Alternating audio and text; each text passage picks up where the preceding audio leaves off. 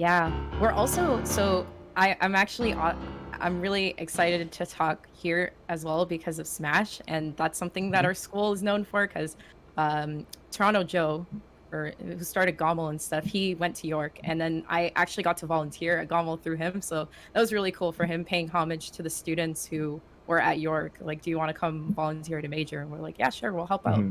Mhm. Nice. No, absolutely, absolutely. And I think that's a good point there too. I mean, even that kind of idea, right? Because again, we have a lot of people who end up now in the professional space.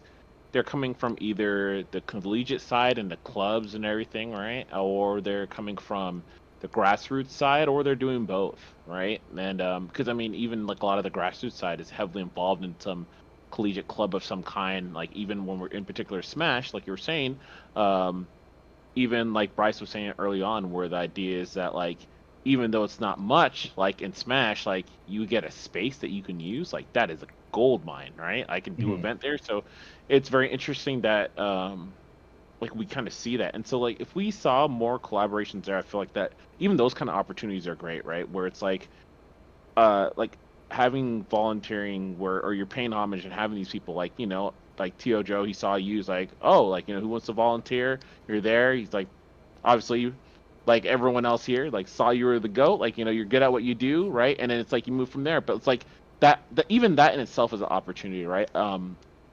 Example, one of my friends, Koi, right? Like she, someone who's very, very talented at product management and all those kind of things, and she hit it hard, just trying to get some grassroots opportunities, and she was able to get some volunteer work, and they really, people recognized her for her talents and her skills, and she continued to rise and help out in a slew of a lot of spaces, and then was able to get some other opportunities, right? And again, a lot of it comes down to like these opportunities, right? And I think that's real. We really need to look at like we're not going to solve this problem overnight, but there are some people, despite the adversity, despite the struggles, they've gotten to a place where they are experts in the field, and they just need the opportunity. I feel that as long if we can start to help those people, guess what? Now we get another leader. Maybe, it's one out of like 18 or whatever like that. And yes, it's bad, right? Yes, that's not fully good, right? And sometimes on the collegiate side, like Mark was saying, like, oh, we have one out of 26, pro players or whatever in Overwatch. It's like, if you look at it in that capacity in the school, they're going to be like, oh, that's a failure, right? But it's still having someone in the door because you know what? Someone's going to see that person. That visibility is going to be there, right? And also now they have to be accounted for by the people who we see as valuable, and therefore now we need to think more of those people, right? Things change a little bit when you have that. Not even going to go into too many details, right? But even for Red Bull, right? When we start to get more people who are in the executive line, things like there's going to be a paradigm shift. When these things hit about Black Lives Matter, there's more discussion about that. Why? Because there's more people on high levels that are invested there. And over time, as we focus on helping the next generation rise up, we at least take the people who found a way, through the adversity to get there. If we at least put them in places where they can thrive, you know, um, according to their skill sets, I think that's the way we help now, and then as we continue to grow on the future, so they can come into it, and um, some people may know this analogy, some people won't. Maybe it's just wasted. But if you guys have ever played like Final Fantasy 14, I've been like losing my life to that game, right? But there's the Final Fantasy 14, the original one is absolutely terrible. Um, if you guys know, there's the Final Fantasy 14 and Realm Reborn. That's actually a completely different game. And what they had to end up doing with that team is they had to basically, as they were creating a whole new game, they took the original Final Fantasy 14 and tried to make it the best they could. And they recognized why they needed to do that. I know it's a long analogy, but stick with me. The reason why they had to do this, right, is because they understood that the people that valued their game and that stuck with them to the end, they had to do right by them. Because if they didn't do right by them, they would lose them forever, right? And they needed to see what they needed and what they wanted because it is very important to have them as participators in this whole experience, right? And working with them to grow with that in mind as they create the new system, right, for the next generation. But they did it simultaneously. And I think that's something that we need to look at too, where it's like you're not gonna it we can't just do fill the quota or put people in these positions or whatever. Like the truth to be told, there's not going to be as many capable people there, right? And that the reason is because of the issues present, right? Because of that adversity, because like there's not going to be as many people, like there's not going to be as many of us who are able to deal with it because we've been given a hand that we have, lower social economic status on average, right? And so it's like take the people who are able to do this because they can be in leadership roles and do things and push people forward, and at the same time make sure that the next generation could be in a space where all that adversity in that level doesn't have to happen again. And I think that's the really what we have to look at there. So again, I know long-winded analogy, and if you didn't play 14, you're probably just like, "Wow, that's stupid." But you know what? It matters. And actually, there's a great documentary on that on Yoshi P, the guy who saved Final Fantasy 14. It's a really good documentary. You guys should check it out. But I really think that's the kind of way that we have to look at this system.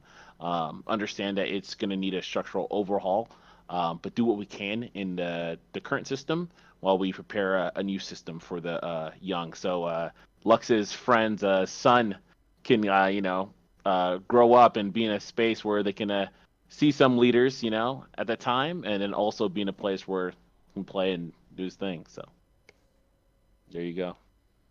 Shifting gears up a little bit, one of the projects I think, or at least one of the central theses of the show in particular is I'm trying to, or at least we're trying to create this space that we can help chip away at this kind of toxic foundation of some of the politics of resentment from some of the majority groups that exist in the gaming space, especially because it's very male oriented, oftentimes just by the demographic of the United States, very very white oriented.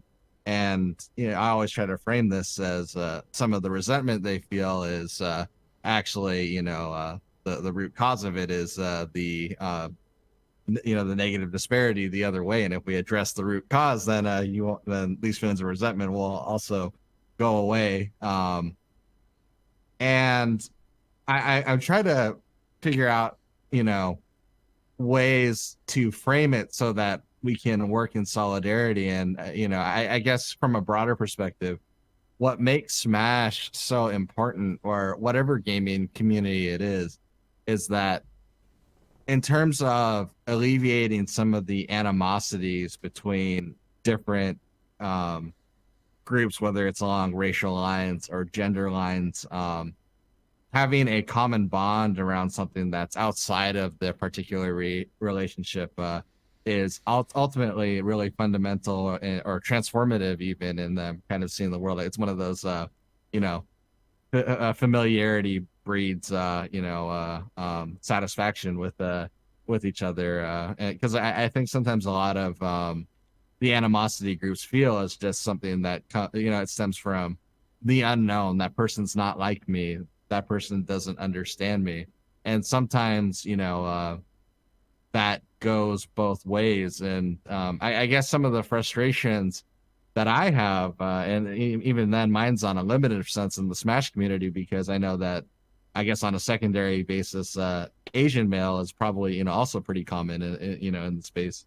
But I think some of the frustration is there are some people that get it and some people that don't get it, and it's how do we bridge that gap to the people that don't get it without kind of crossing that line that's invasive and preachy, that ultimately ends up creating additional resentment that we've seen, like in academic studies, when people are kind of forced outside of their comfort zone. It's one of those paradoxes. We have to kind of push them outside of their comfort zone just enough, but not too much, or it's going to be too far. And ultimately, the unfortunate part is that responsibility ends up lying on the minorities of the community. And it seems like such a tightrope to navigate that it's mind numbing to even try to put it into words in this question kind of a situation. But In your experience, how have you been able to navigate that? Because I'm sure you probably have had to, because being a leader in the space, it's across intersectional, minority lines. So I'm curious to see how or what tips you might give to other people that they might be able to be better allies in the space. Yeah, so most definitely one thing that I've learned is that publisher support for games is extremely important. And I say that because I'm being biased right now to what I'm working on. I'm in game publishing, and Hmm. I'm working with a talented group of people. And one of the things that was mentioned to me is that we could curb these attitudes and these systems and these styles of thinking early on. So, this is something that companies need to prioritize early on, but they don't, because the culture that they're trying to develop for their games, they want to develop that whole exclusive sense of like the whole machismo thing around sports and what sells and drives the fandom culture, that aggressive type of following. It's something that sells their games, and that's what leads them to being top esports. And devs care more about, well, okay, I won't speak for all devs, I won't speak for indie devs either, but like devs of huge games care more about how many people are playing their game versus how they're playing their game. So that's an Mm. important thing to consider too, is that metrics are always going to take priority over these types of things, like early community management, making sure that you're putting these competencies in place and that you're holding people accountable. So like even things like a reporting system, I didn't understand how many layers of complexity there was to these types of large scale community management till I started working in that area. And even on a small scale, it's insane the types of things that have to be done and the amount of people that need to be doing it. And just the fact that large publishers who can afford to fix the culture in their games won't do it, because they're either not hiring the right people, they're not listening to the right people, or it's just not a money priority. And I hate to say things like that because it is kind of a hot take, but we've seen it before. Like marketing in diversity, cool. Actually doing diversity, not cool. It's something where it's not showing money right away. So what's the point of investing into it? But in the long term, you could create a community and foster an environment that's not trashy, I guess. I don't know what other word to use, but it's really uncomfortable because I grew up playing PC games and I grew up in that male dominated structure and being called terms that I don't want to repeat. And then also being black woman, I've been called terms I don't want to repeat. And it's like you face that type of racialized misogyny from an early age, and it really does make you feel like you don't belong. Whenever I play a ranked game, I actually have to mute everybody, and I'm like, why should I have to do this in a game where I'm paying for things and I'm paying for skins. I'm just as like much of a customer as somebody else. And how come when I report this person, nothing happens, right? So it's something to think about. And then when you look at it in Smash, like it's the same type of culture, but in person. So do I really belong at this event? Or are people going to think I'm just here as an e-girl? Am I here to participate? I think some people called me the desk girl. So it's the connotations behind the things that you say too, like how you refer to people. Like I was Very bar- dehumanizing. Sounds yeah, like, it's yeah. dehumanizing. Yeah, like I'm staff just like anybody else. I'm a coordinator here. Call me that. Desk girl sounds kind of, and then other words that I'm not going to repeat. But yeah, it's like, and then people will say, oh, yeah, that's FGC culture. You just have to deal with it. It's like, no, I shouldn't have to deal with that because you should be mature enough to respect me as a human. Right. Exactly. And I've met tons of respectful human beings, so that they should be the ones calling the shot and making the decisions. Yeah. Because I follow just as much of the news as you do. I'm aware. I know who is doing what. And you don't always have to not give anybody any accountability for the things they say and do. You know, that's an excellent point. Again, I know I keep kind of going back to this idea of like tech and what we've been hearing with just these social media platforms, right? And the polarization that's been happening and how they found that to be effective because that sells games and like, that sells, and that allows them to sell ads to people at a, greater rate. And it's the same concept in these games, right? Like you said, where it's like this trashy kind of polarizing thing like this, like does help sell these games, right? And it's a tactic that's as old as time, right? That we've been utilizing in that way. Um, but I love that you're saying that like companies need to be held accountable as well. It starts with these devs. A lot of times devs kind of sit back and it's like, oh, we just made the game. I don't know why these people are doing this, right? But there's countermeasures. There's things that they can do and change to just simply not allow these things because in a game, right? It's not the like in the world we have rules, right? And like even our laws, like someone can break the law. Like it's just a rule essentially, right? But in games there are laws. Like you can make it where someone cannot do this thing, and that's it, right? And so yeah, I agree with you. Like stuff needs to be done on that kind of scale, and we need to be more aware there.